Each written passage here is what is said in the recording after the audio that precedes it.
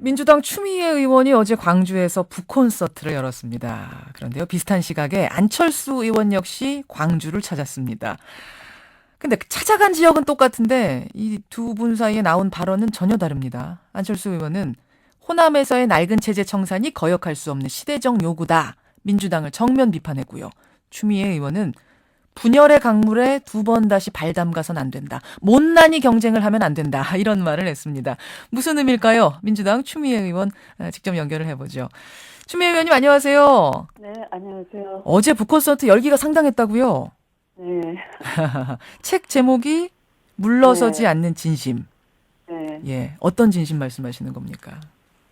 제가 판사를 그만두고 갑자기 이제 야당 정치인, 야당에 투신하면서 다선 의원이 되는 동안에, 예, 사실은 정치 시작하면서부터 시종일관 큰 정치적 고비의 중심에 서 있었을 때가 많았어요. 예, 예.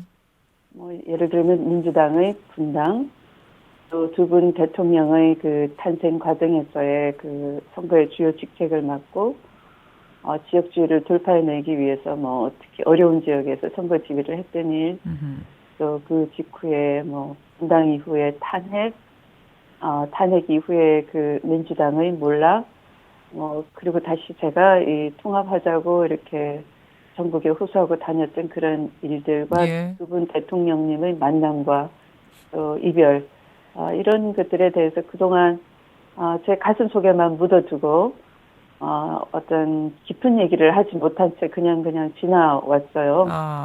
네, 그래서 어떤 분들은 왜 추미애가 노무현 당선의 1등 공신인데 탄핵은 왜 했나, 안 따라갔나 하는 질문을 아직도 하시는. 지금도 하시죠. 예. 네.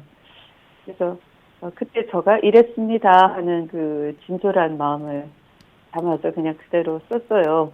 예. 지금 그 얘기를 이 짧은 인터뷰에 긴 이야기를 다 하실 수는 없겠습니다만, 제가 이제 관심이 갔던 부분은 노무현 대통령께 사과의 타이밍을 놓쳤다. 이렇게 쓰셨어요, 책에. 네. 어떤 사과하고 싶으셨던 거예요? 좀 짧게나마. 정치적으로는 삼보일배가 어떻게 보면 가능하지가 않은 일이었거든요. 불가능한. 하다 보면 육신이 죽을 수 있고, 또 육신을 아낀다고 그만두면 정치적으로 죽고, 이런 상황에서 가능했던 건 말보다는 그렇게 죽음을 담보한 어떤 행동, 이런 걸로 사과할 필요가 있어서 그렇게 했던 것이고요. 근데 그건 너무 정치적인 의미였고, 인간적으로 예. 따로 대통령님과 따로 대통령님한테도 사과를 하기 이전에도 또 왜 그랬습니까? 묻고 싶은 게 굉장히 많았어요. 근데 갑자기 분당 이후에 헤어짐으로써 예. 단절이 돼서 그런 세계는 그냥 큰 오라버니 같은 그런 분이어서 어떤 얘기도 쉽게 꺼내고 할 수 있었는데 예.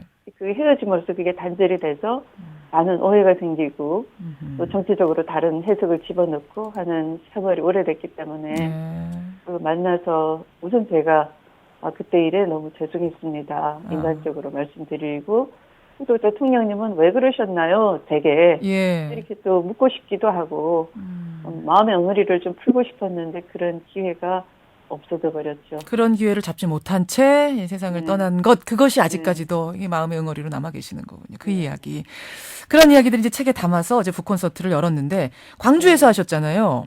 근데 어제 같은 시각에 광주 지역에서 안철수 의원도 신당 설명을 했습니다.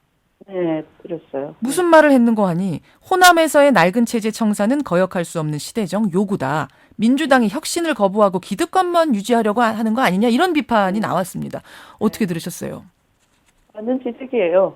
그런데 그렇다고 제가 이제 막 출발한 안철수 신당이 정치 경험이 아직 얕고 일천한데 예?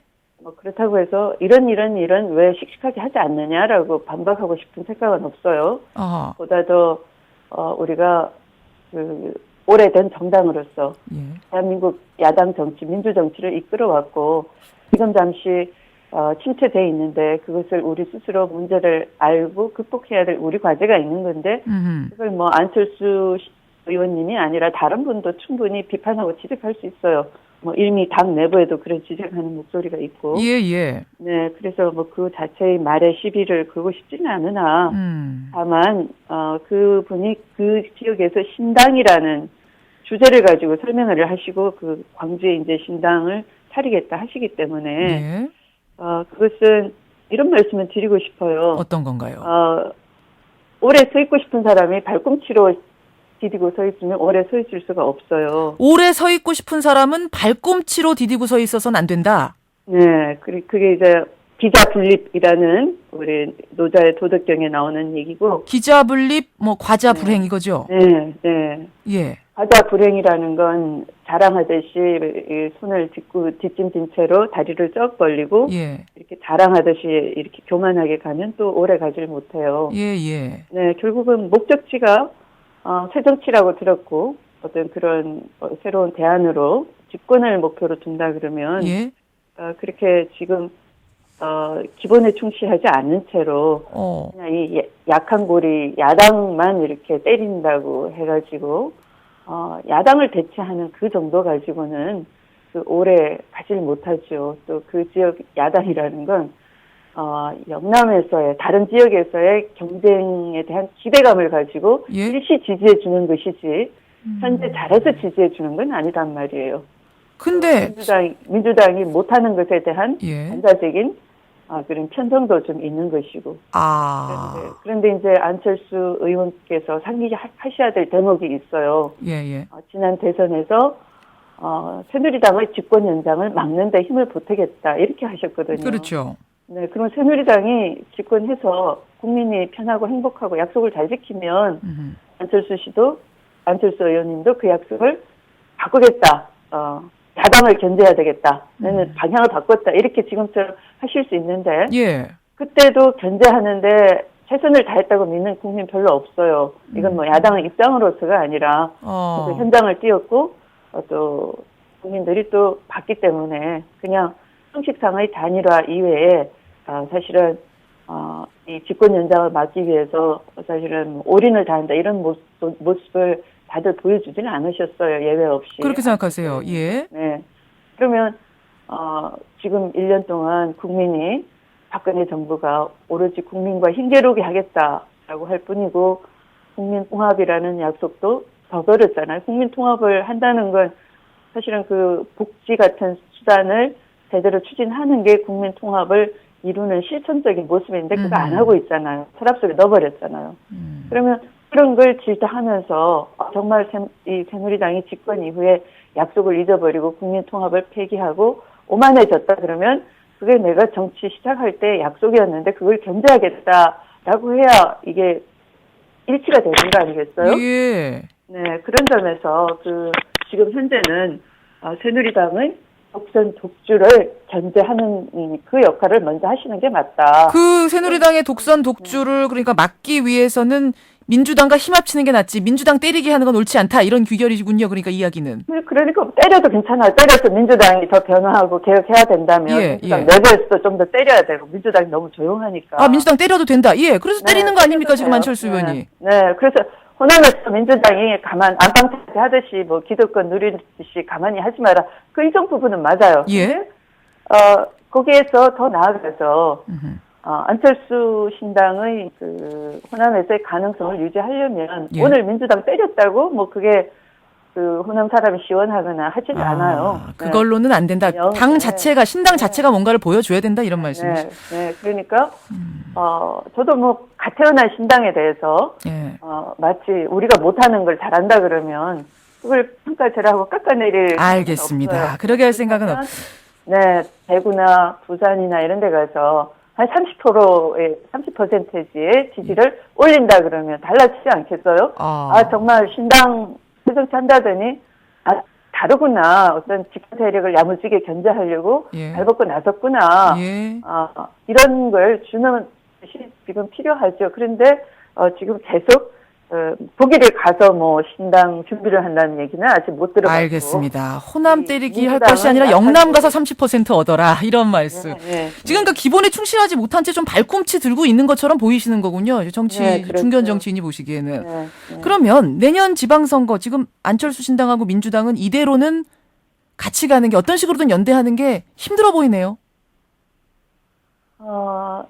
우선은 안철수 후보가 정치라는 건 차곡차곡 쌓이는 거니까 예. 앞에 국민에게 기대 주셨던 것이 새정치이고 그것이 구체적으로 안 드러났지만 일단 제일 목표는 집권 세력의 연장을 막는 거였는데 거기에 최선을 다하지 않으셨어요. 그리고 1년 내내 그 부정선거가 문제가 됐고 거기에 야권이 올인을 하고 있는데 여기에 대해서도 굉장히 중립적인 입장이세요. 어허. 네, 그래서 과연 그러면 이 야무지게 이 견제 세력으로서 예. 같은 위치에 서 있느냐라고 보면은 예. 그냥 힘없는 힘 빠진 야당을 먼저 대체해서 먹고 보는 그런 포지셔닝을 취하는 것 아닌가. 그런데 여기서 착각하시면 안 되는 게 예. 호남은 일시적으로 어느 누구를 취하고 버리고 매를 회초리를 대릴 수 있어. 지금은 민주당이 강하게 회초리를 대는 거예요. 예. 그러니까 지방선거는 같이 못 가는 거지 어쨌든. 근데 그렇다 하더라도 지방선거에서 그게 무슨 의미가 있느냐 할 때는 예. 민주당도 안 되고 이 신당도 안 되고 하는 거죠. 대구 영남에서 부산에서 여권을 집권당을 견제하는 힘을 어느 누구도 갖지 못하고 여기서 못난이 경쟁을 한다면 못난이 경쟁하면 안 된다. 네, 우리는 정치에서 관심을 거두겠다. 예. 그렇게 되겠죠. 결국은 분열하지 말고 같이 가야 된다는 말씀을 지금 돌려서 하신 것처럼 보이네요. 알겠습니다. 뭐 짧은 시간 안에 책 이야기부터 정치 현안 이야기까지 쉽지는 않은데 오늘은 일단 여기까지 말씀 듣도록 하겠습니다. 추미애 의원님 고맙습니다. 네, 좋은 하루 되십시오. 민주당 추미애 의원이었습니다.